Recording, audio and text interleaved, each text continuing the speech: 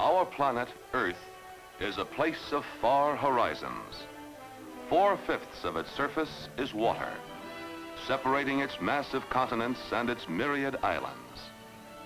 Since time immemorial, the far horizons of the 7 seas have stirred the imagination of man. 1,000 years ago, a Norseman gazed westward across the ocean and planned a daring voyage. Thus, Leif Ericson and his hardy Vikings became the first Europeans of record to conquer the mighty North Atlantic.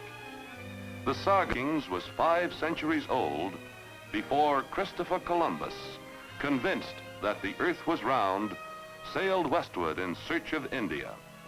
Again, the New World was discovered, and the voyages of Columbus gave birth to a century of feverish exploration.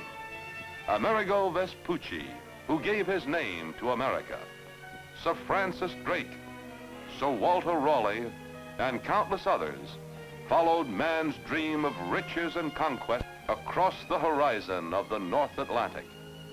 The early 17th century saw the crossing of the Jamestown settlers to Virginia and the Pilgrims to New England. Much of the eastern shore of America was soon mapped and colonized, and the North Atlantic became a fast-growing route of trade, linking the old world and the new. In the golden age of sail, clipper ships made amazing transatlantic records for speed, but sailings were irregular and passengers had little service and less comfort. The dawn of the age of steam found men still dreaming of new conquests in ocean travel. One of these far-seeing, practical pioneers was Samuel Cunard of Halifax, Nova Scotia.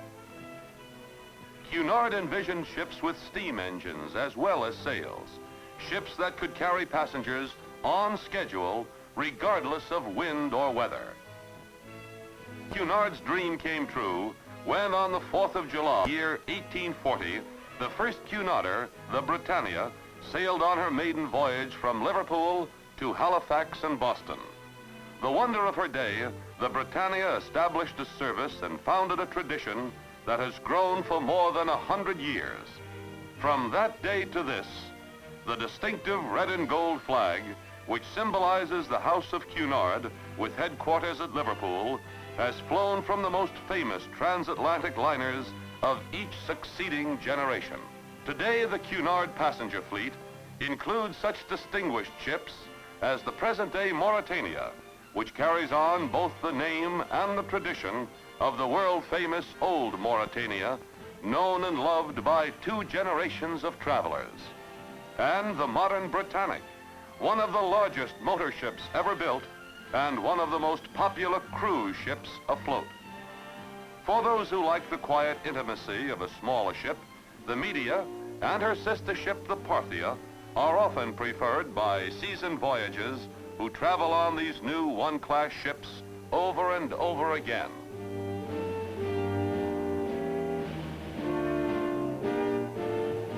The Samaria, shown here, and the Scythia, the Franconia, and the Ascania are units of Cunard's Canadian service fleet sailing to Europe from the eastern ports of Canada.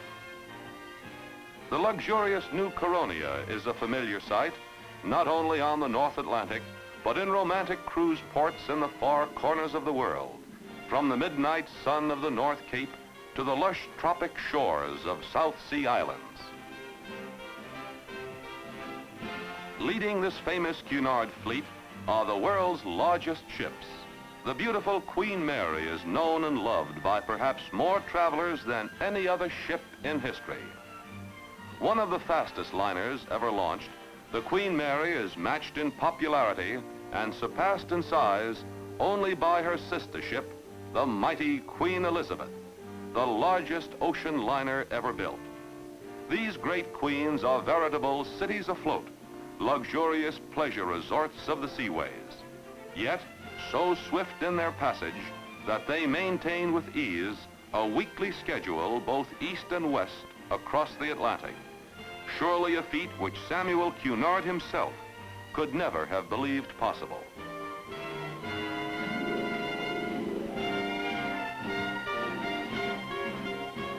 While the Queens call regularly at Cherbourg and Southampton, other ships of the fleet serve the ports of Liverpool, Cove, and Havre.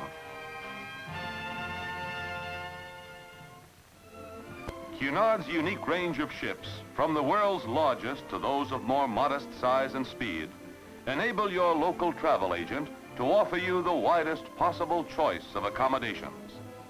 At no extra cost for his experience and service, your travel agent will help you plan your transatlantic voyage to any part of Europe or the world. Your travel agent can help you choose from the economical comfort of tourist class or cabin class rooms to the unsurpassed luxury of first class. Just what you want to suit your own taste and budget. And Cunard sailings are so frequent that they'll fit your vacation or business plans for any season of the year. For every Cunard sailing date, travelers from all over America converge on the ports of Montreal, Quebec, or Halifax in Canada, or on the city of New York, skyscraper metropolis of America and busiest seaport in the Western Hemisphere, where it's not unusual to find 2 or even 3 great Cunarders alongside their peers on a single day. So let's join the eager throng and experience for ourselves a modern North Atlantic crossing. Our ship is the Queen Elizabeth, and what a ship she is, with a graceful prow towering high above the cars and taxis far below.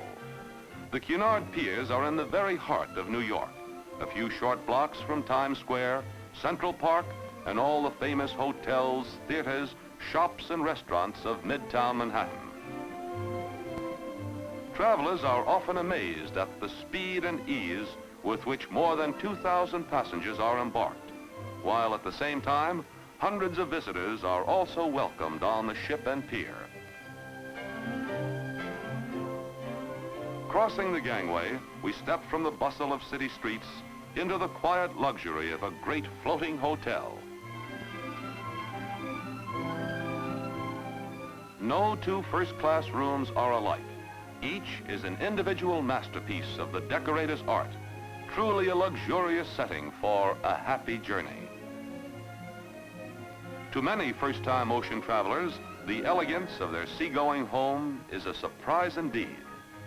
This delighted lady hadn't even imagined that those little spaces she saw on the deck plan in the travel agent's office would really be so big and luxurious, so perfectly appointed in every tiny detail.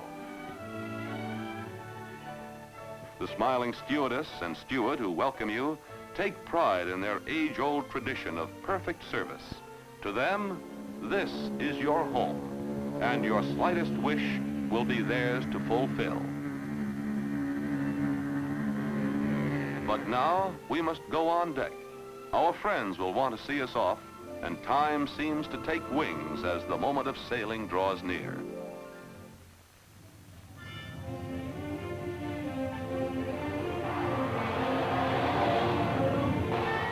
News photographers and newsreel cameramen are on hand, as usual, to make their last-minute shots of celebrities on the passenger list. The docking bridge is manned. Eager thousands on ship and shore search for their friends to wave farewell.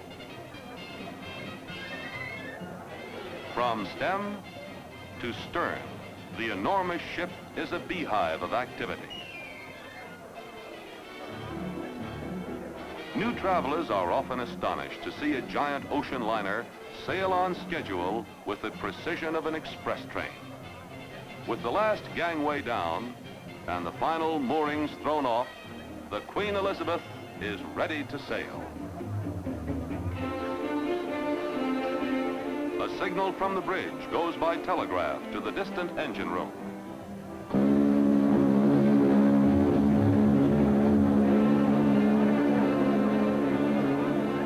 With a roar of freedom from her mighty voice, the Queen stirs into life.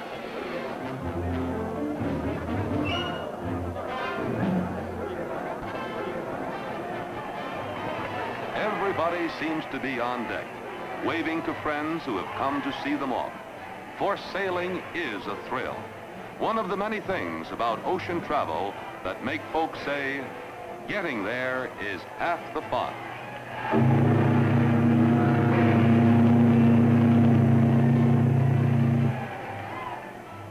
Swiftly as her mighty engines ease her into the river, the passing of the huge hull seems endless, for the Queen must move a fifth of a mile to pass a single point.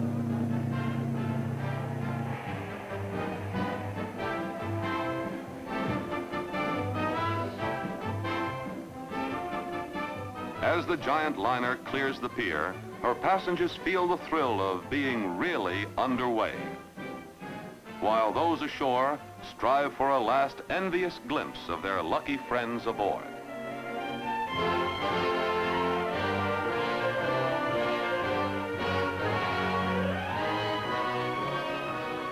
It's slow ahead as the ship moves down the Hudson River, a majestic sight indeed, for the Queen Elizabeth is 5 city blocks long, and her graceful hull and superstructure tower high above the water.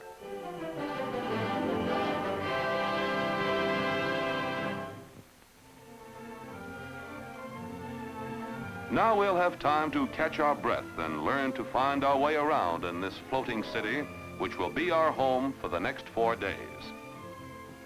It takes a little time to get acquainted, but it won't be hard, for there are clear direction signs on every hand to point the way. Handy deck plans show exactly where you are and make it easy for you to find your way about. 35 elevators serve the ship's 14 decks. One of the first things you may want to do is to visit the Purses Bureau, for this is the ship's business office where all the questions and details concerning your voyage may be handled.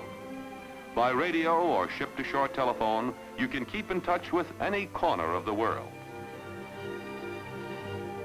A Cunard passenger list is a veritable who's who of travel. You're sure to see names you know, perhaps someone from your own hometown. And you'll be delighted to discover the many unexpected personal services which make your travel easy and comfortable. For example, your favorite barber back home will find an able replacement here, while for the ladies, a perfectly equipped salon provides beauty service of every sort.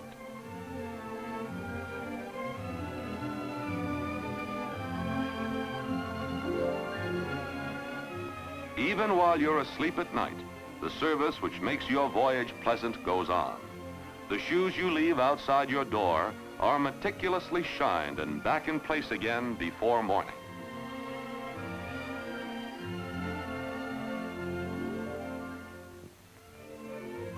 As you awake to your first full day at sea, you begin to appreciate the luxurious travel comforts that only an ocean liner can provide.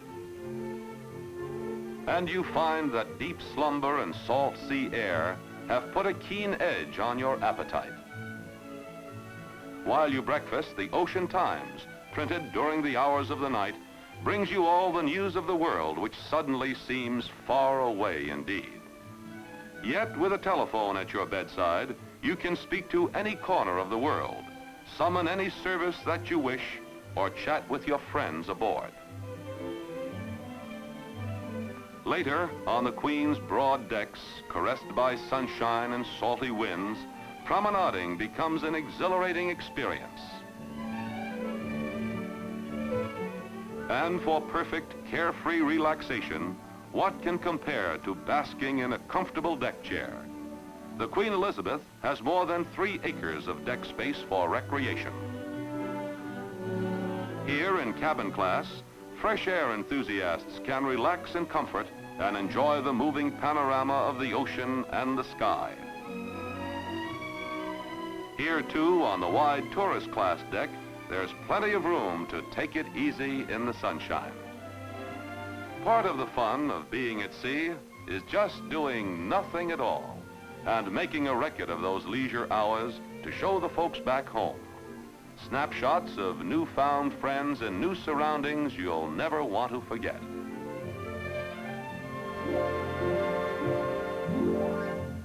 Before you know it, it's time for lunch. Perhaps you'll choose the lovely veranda grill, high up on deck with window views of the sea, not only a favorite place for lunch, but later in the day, a gay spot for dinner, supper, and dancing. There's so much to see and do aboard a Queen that one trip just isn't time enough. Perhaps you'd like to go shopping. You can buy exquisite china figurines or handbags in your choice of finest leathers and modern fittings. There are English woolens, Scotch tweeds, and cashmere sweaters, and many other items of clothing and accessories for which Britain is known the world over.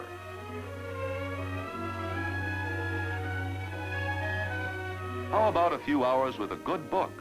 The classics, travel, mystery. There is a well-stocked library in each of the ship's 3 classes with an experienced librarian in charge.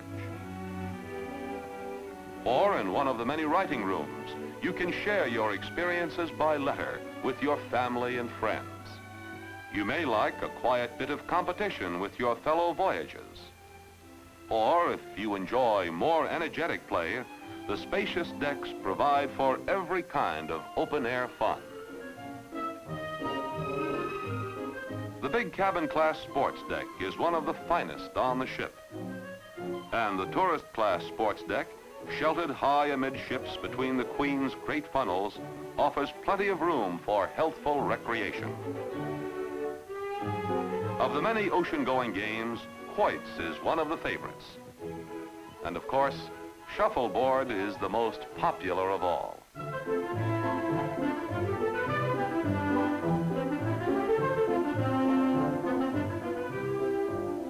If you have even more energy to expend, and sea air gives you plenty, you'll want to take a workout in the gymnasium, equipped for every type of exercise and supervised by a trained physical instructor. During part of the day, there are private sessions for ladies, others for gentlemen, still others for the entire family. And after a workout like this, what could be more fun than a saltwater plunge in one of the big swimming pools?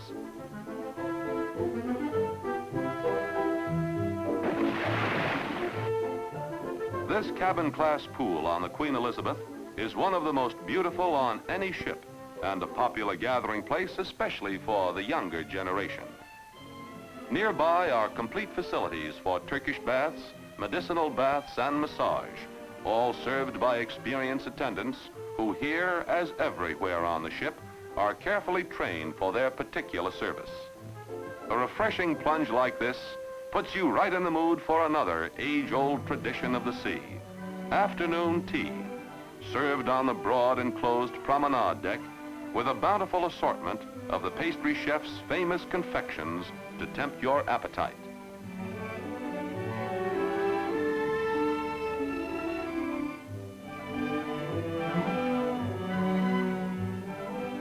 Perhaps you'd prefer to have your tea in the beautiful main lounge with pleasant music as a background. One of 35 public rooms conveniently placed throughout the ship. The main lounge displays a magnificent portrait of the Queen Mother who launched this mighty ship and christened it with her own name, Elizabeth.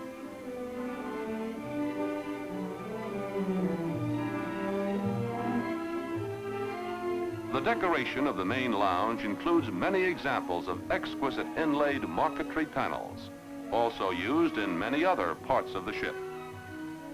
Adorning the great stairway between the promenade and the main deck squares is the largest marquetry panel in the world. Depicting the pilgrimage in Chaucer's Canterbury Tales, this unique work of art is an inlay of many rare woods in their natural colors. More than 50 varieties from many parts of the world were used in the decoration of the ship. 2 shipboard motion picture theaters present selected feature films, often before they've had their premiere showing on land. Located aft on the promenade deck, this beautiful modern theater for first and cabin class passengers seats more than 300 people in luxurious comfort.